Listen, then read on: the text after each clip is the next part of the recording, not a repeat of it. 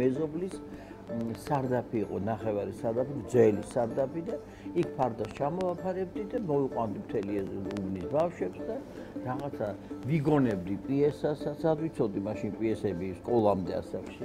ვიგონებდი ამ ყველაფერს, ვიგონებდი რომ ვინ დედა, ვინ მამა, ვინ მოწაფეა, ვინ ცუდი ბავშვია, ვინ კარგი ბავშვია, ვინ უჯერებს დედას რაღაცებს და თეატრი იმდენად სახიობისთვის, რომელსაც თეატრალური ინსტიტუტი აქვს დამთავრებული, რომელიც პროფესიით არის დრამატული თეატრის და კინოს მსახიობი, დრამატული თეატრი არის ჩემი აზრით. მე ბევრი მსახიობისგან მომისმენია, რომ თეატრი არის ცოცხალი ორგანიზმი. პირდაპირ, ახლა როგორც მე და თქვენ საუბრობთ და თქვენ მე მისმენთ და მიხარია და მომწონს ეს და მე თქვენთვის საუბრობ. ისეა თეატრი მაყურებლისთვის ახლა. ყოველი სპექტაკლი არის სხვადასხვანაირი. ერთი და იგივე სპექტაკლი. არასოდეს არ მეორდება და ზუსტად ისეთი სპექტაკლი არასოდეს არ არის, როგორც აი თქვა კინო გადაიღეს და დადგინდა და ესეა. თეატრში არა. ცოცხლად ყოველთვის შეიძლება იმპროვიზაციით სულ ახალი რაღაცა თქვა, სულ ახალი სიახლე შემოიტანო, ახალი სილამაზე შემოიტანო, ძალიან საყვარელია თეატრი. მე ძალიან გული მწყდება რომ მომწყვეტეს ამ ბედნიერებას.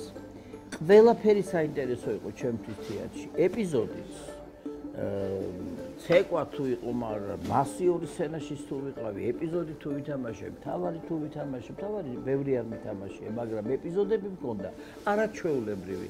ყოველთვის ტაშის გამოვდიოდი სცენიდან, ყოველთვის ძალიან დიდი მოწონებით და იმით ვიყავი მსახიობი მაყურებლის წინაშე.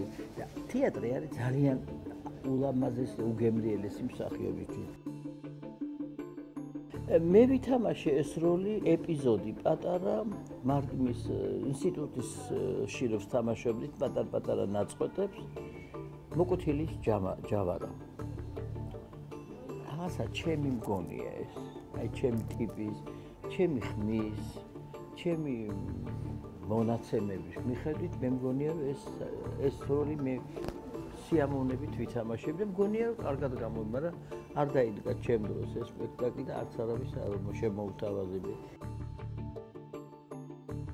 თავარი, რომ მე ვეზიარე მუსიკასაც და არ ნანობ რომ მუსიკალური დავამთავრე და საერთოდ მივიღე ნანობ კი არა, პირიქით. მუსიკა აკეთილშობილებს ადამიანს. ძალიან ბევრს კარგს აძლევს ადამიანის. ადრე იყო მოდაში იყო თითქმის რომ მუსიკა უნდა გესწავლა, თითქმის ყველა ოჯახში პიანინო იყო.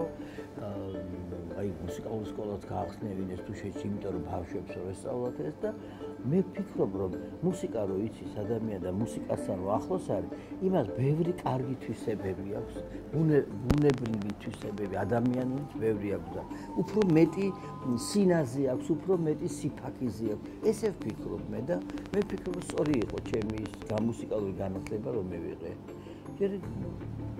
ვეზიარე ბეთჰოვენს, ვეზიარე ბახს, ვეზიარე შოპენს, ვეზიარე საოცარ ჩაიკოვსკის და საოცარ დიდ ხელოვანებს და დიდი სიკეთე არის მუსიკა. მსახიობი ვიქნებოდი. აუცილებლად. უფრო მეტი შვილები რომ მყავდეს, კაი იქნებოდა. ერთი მყავსა ჯობდა რომ სამი მაინც იყოს და ყველამ რო ასე ნამატით იცხოვროს საქართველოში. აი ხლა გაეროს დაუდია რაღაც დასკვნა რომ 2050 წელს საქართველოს მოსახლეობა მილიონამდე დავა. მეტი აღარ იქნებოდა. ეს ისეთი დიდი ტკივილია ჩემთვის. არ ვერ ვიტა, როდესაც ადამიანები ლანძღავენ ერთმანეთს, უზნეო და უსაშვერი სიტყვებით რომ უშვერი სიტყვებით რომ შეუძლიათ მიმართო. ამას საშინლად ვერ ვიტა. არც განა მე არ ვიცი ეგ სიტყვები რა თქვა. ვიცი, მაგრამ არ ვამბობ. არ ვამბობ, იმიტომ რომ მიმაჩნია უკულტურობა, უზნეობა, გაუნახა, ყველა ცუდად მიმაჩნია, ყველანაირად ცუდად და თან ქალი მით უმეტეს, ქალებმა რა ვიციან კიდე, იმისთანაც დაწერს ქალი ზოგჯერ Facebook-ზე, ვიფიქრებ, ვინ არის? თან ეხლა რაღაცას იცი, ახალი ფოკუსი აქვს. ყველაფერს კადრულობენ იქ დაწერონ, მაგრამ გვარს და სახელს არ წერენ და სახელსაც არ აჩვენენ. მე იცით ვინა ვარ, ვინც ვამბობ, მე ესა ვარ და ვამბობ სიმართლეს. ემოცია არის რა, ემოცია არის აღთოვანებაც, განცდაც, რაღაცა არის ემოცია, მე ემოციური ქალბატონი გახავთ, მაგრამ ზღვარს გადასული არა. გააჩნია ეს რაღაცას. არის რაღაცა მეგობრას ახლობელს რაღაცა ძალიან ცუდი დაემართება, ძალიან მძიმეა ჩემთვის ეს განცდა. და მესმა სულ ვილოცები ხოლმე რომ ჩემი მტრის შვილი უნდა იყოს კარგი, აუცილებლად.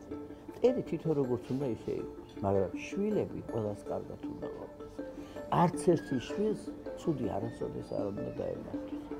არავინ არ უნდა უსურვოს, არავინ არ უნდა დაწყევლოს და არავინ არ უნდა უსურვოს სხვა ცუდი, განსაკუთრებით ოჯახს და შვილებს. წამს სიყვარული ქვეყნის სიყვარული მრავალნაირი ადამიანის სიყვარული, მაგრამ შვილი და შვილი ყოფილა გადასარების ეპოქა. ჩემ შვილიშვილზე მაქვს რაღაცა განსაკუთრებული სიყვარული. შვილი რო ძალიან მიყვარს და ასევე ხა ჩემმა შვილმა მკითხა, როგორც იმიტომ მიყვარს რომ მისი შვილია, ის რომ მიყვარს და თვითონ ის რომ პატარაა და რაღაცას ხედავ იმაში რომ აი შენ უკვე ასაკში ხარ, იცი რომ იქით მისასვლელია ეს ყველაფერი, მაგრამ ის რო არსებობს და ის რო შენთან ერთად იზრდება და რაღაცა შენგან მიიღებს, აიღებს, ის გიხარია რომ ის არის შენი გაგრძელება თითქოს. ბედნიერება არის ყველა რო კარგად არის. ბედნიერება არის ომი რო არ არის. ბედნიერება არის კარგად რო ითამაშებ როლს და მიიღებ აპლოდისმენტებს. ბედნიერება არის მეგობარს რო უყვარხარ.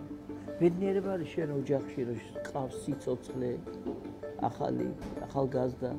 ბედნიერება არის დედაჩემი იყო ბედნიერი ქალბატონი. 13-ში იყო დაბადებული 1900. 2013-ში გარდაიცვალა, 13 ხო ცუდ ციფრად ითვლება. 13 აგვისტოს 13 საათზე. ჩემს წიგნში, რომელიც გავაკეთე, მე-13 გვერდზე მოხვდა დედაჩემზე საუბარი. საოცრებაა და კატაფალკას რომელთაც გავასვენე 0-13 იყო. და გარდაიცვალა უბედნიერესი ქალი, შვილი კარგად, შვილები კარგად დატოვა, შვილიშვილები და შვილიშვილთა შვილსაც მოესწრო ნახა და გარდაიცვალა 101 წლის. ხო ბედნიერებაა. მე მიყვარს ძალიან ბევრი სიკეთის გაკეთება, ეს ჩემ ბუნებაში არის. რაც შემიძლია ხა მილიონს არც მე მაგ და არც სხვა ვერ ვაჩუქებ, მაგრამ რაც მაქსიმალურად შემიძლია ადამიანს სიკეთე გაუკეთო, სიკეთე ზოგს გონია, ფულს რო აჩუქებ ეგ არ არის. ეგ არის ხელგასლილობა. სიკეთე კიდე სხვა რამე არის. რო არ დაზრახავ, რო არ შეგშურდება, რო გაგიხარდება მისი, აი ეს არის სიკეთე. რომ გაჭირვებაში გვერდით დაუდგები. სხვა რამეა სიკეთე და ხელგასლილობა კიდე სხვა რაღაცაა. და იმედგაცრუება არის, როდესაც გიღალატებს ადამიანი. შეწამავს. და ომი არ მინდა ომი. დანარჩი აქვს არ მეშინია. ვასო გოზიაშვილმა უთხრა სესილას ერთხა. გააცილა და როცა შეყარებულები იყვნენ.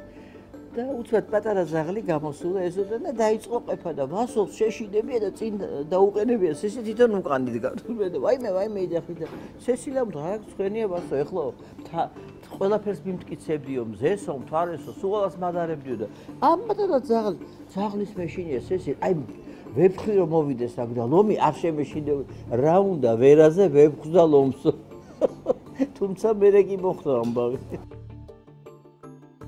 მე მომწონს ქართველი ვარ და მიხარია ქართველი რო ვარ და მე ამაყება ქართველი რო ვარ და ჩემ შვილსაც და შვილიშვილსაც დაუბარებ იმას რომ ყოველთვის სიამაყონ იმით რომ ქართველები არიან.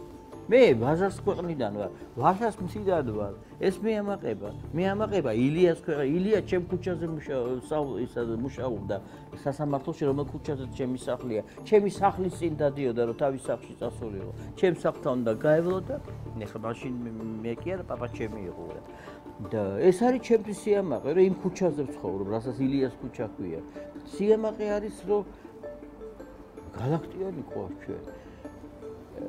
დასტინ ჰოფმანს უთქვამს ერთი ჩვენი ახლობლის წაუკითხავს ვაჟაფშაველა და უთქვამს დასტინ ჰოფმან ჰომეროსის ყავთ თქვენ ქართველებს. იმდენად დიდი პოეტი არის, იმდენად დიდი ფილოსოფოსი არის და გენიოსი არის. ასე არის, მეც ესე ვთვლი და ესე ვფიქრობ. რა ჩემს ვიღაცისთვის შეიძლება დიდი მნიშვნელობა არ აქვს, მაგრამ ღმერთმა ჩემნაირები ამრავლა საქართველოში, აი ამ საკითხში. ქვეყნის სიყვარულში და აი ჩვენი გენიოსების სიყვარულში.